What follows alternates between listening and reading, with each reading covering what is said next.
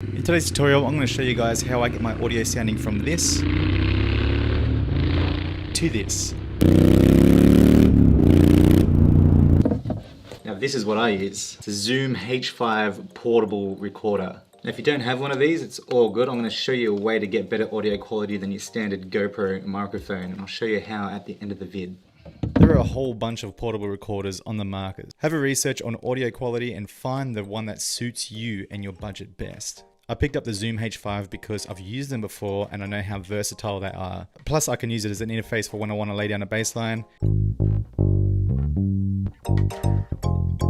You can use it for Foley. And you can also use it as a microphone for doing voiceovers like I am right now. G'day guys. There are a couple of methods I use for syncing up audio. The first one is direct line in.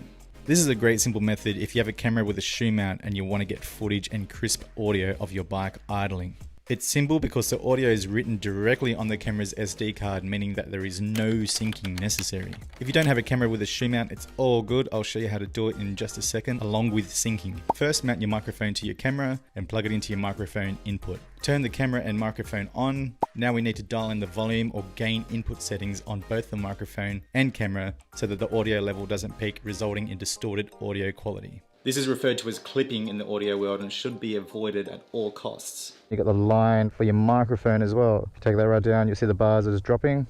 Turn it back up a little bit again, and she's cranking. Woo! That's what I mean about clipping. See how much it's just pumping up there? This is what clipping audio sounds like. It's all distorted, it's horrible, and you will know that it's doing it by the bars just like smashing off the grid, man. Redlining, going, you must stop this is so bad. No good, we do not want. So bring that back down here. So you get like a nice soft balance here because these pipes are loud, so I'm going to want it to be fairly down. And then you want to put your windsock over the top just to cut the wind noise out as much as possible, which is this little bad boy here. This is from Zoom as well. They're only like 15 bucks or something. These ones cut out the wind way better than the others. Look at that.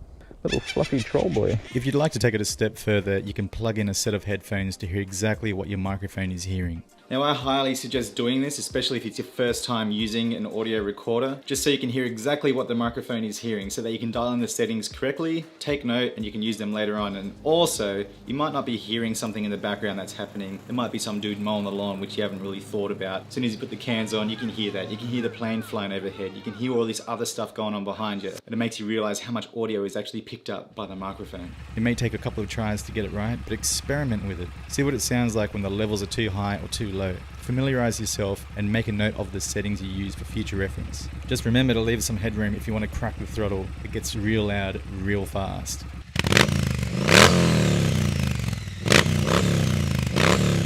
Method 2.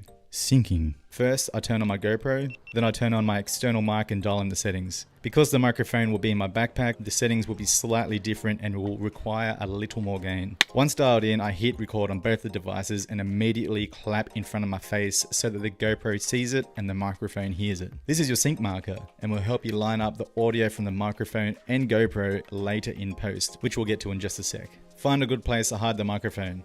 I use this little section of the Bumblebee backpack, which works perfectly. Just try to keep it away from as much wind as possible or from any rattles that may be inside your bag. It's like this stuff makes heaps of noise. So if I just set that in there by itself, it would just be rattling around, sounding horrible. Like listen to that sound. We don't want that, so we load it up with some rags or whatever you got lying around. I'm using a buff here just in case it gets cold, and there's another beanie. Lay it down in there like that. Sorry. I put it this way because that's the way the exhaust is going to be. This is the way that works best for me. You guys can try out something else. If you have a little spot where you can stick it underneath your seat or in a little cowl or something like that, see what you can come up with to pull the best audio possible.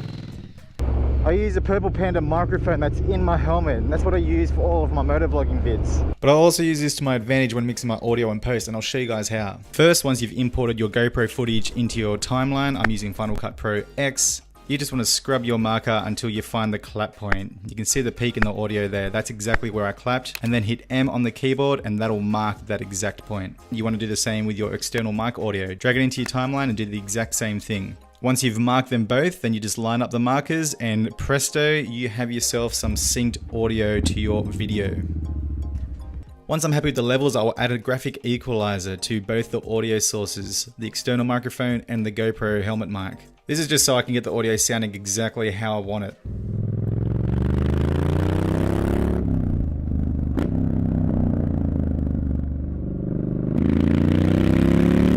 And then I'll save that EQ for future use. Now what I usually do when I'm mixing the audio is I like to get a bit of level from the helmet and mix it in with the external microphone. I find that sometimes the external mic's a little bit too clean. You just don't get that feeling that you are actually riding. But the helmet delivers a different type of sound, so you get a bit of that wind noise and a bit more of that top end. If you don't have a microphone in your helmet, just try mixing in some of the GoPro audio. Now I can hear you guys saying, "Oh, but Hamo, I don't have one of these, and I don't have Final Cut Pro or Premiere or whatever you're using." Now at the start of the video I mentioned how you can actually get better audio without using all of this fancy stuff, and that is by using your internal microphone that's in your helmet. Yes, you're gonna need to buy something. You can't just use the GoPro audio because the GoPro audio just isn't there, hey. Because we all know it sucks, especially when you hit the wind noise, the thing kicks in and it just sounds like garbage. These aren't that expensive. You plug this into your GoPro, stick it under your seat somewhere, and go for a rip and see how you go. I did it for the first time just today. Okay, so I've never actually done this before. So it's gonna be pretty interesting to see how it turns out. So this is the purple Panda microphone. This is a brand spanker. I've still got one in my helmet, but this is a good opportunity to try this out. See if you can get away without using the old external microphone and save some buckaroonies. Boom. And then that just goes straight into the gully. Alright, I'm gonna try it there. It could get a little bit of wind noise, but we'll see how we go.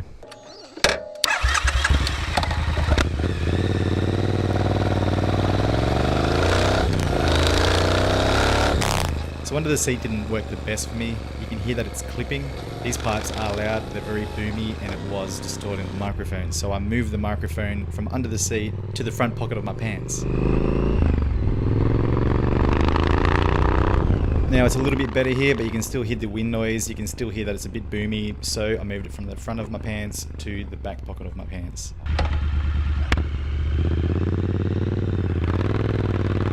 Which helped with the wind noise, but it was too loud being right there, right next to my pipes. They're pretty loud, pretty boomy, so it was still distorting the audio. So I moved it from the back of my pants to the pocket of my jacket, and I think I found the sweet spot. I mean, that sounds way better than the standard GoPro audio. The downside doing this is that there is no audio level on the GoPro, so you can't just go in there and just lower all the levels so that it won't clip. And also, you do have a bit of a lead just dangling around in front of you. I know you could just tuck that into your jacket. If you want to run this mic on a more permanent basis, you might think about putting it inside the jacket or just hiding the lead completely so you don't have to worry about getting tangled up in it. And another reason why I prefer the dual microphone setup is because I like to have a chat while I ride. What you're going to do then in post is lower the external microphone level so that you can hear my voice nicely. And then once you're done, just raise that level back up. And that, ladies and gentlemen, is how I get the audio from all my riding vids. That's how I try to make it as clear as possible, the best sounding experience for you guys. Plus I love the sound of my Zards, man, and I want to try to do them justice. And if you want more insight on how I use ND filters and all the GoPro sort of tech stuff, make sure to check out this playlist. Make sure you subscribe to the channel if you want to see more, and I'll see you guys next week. Have a lovely day.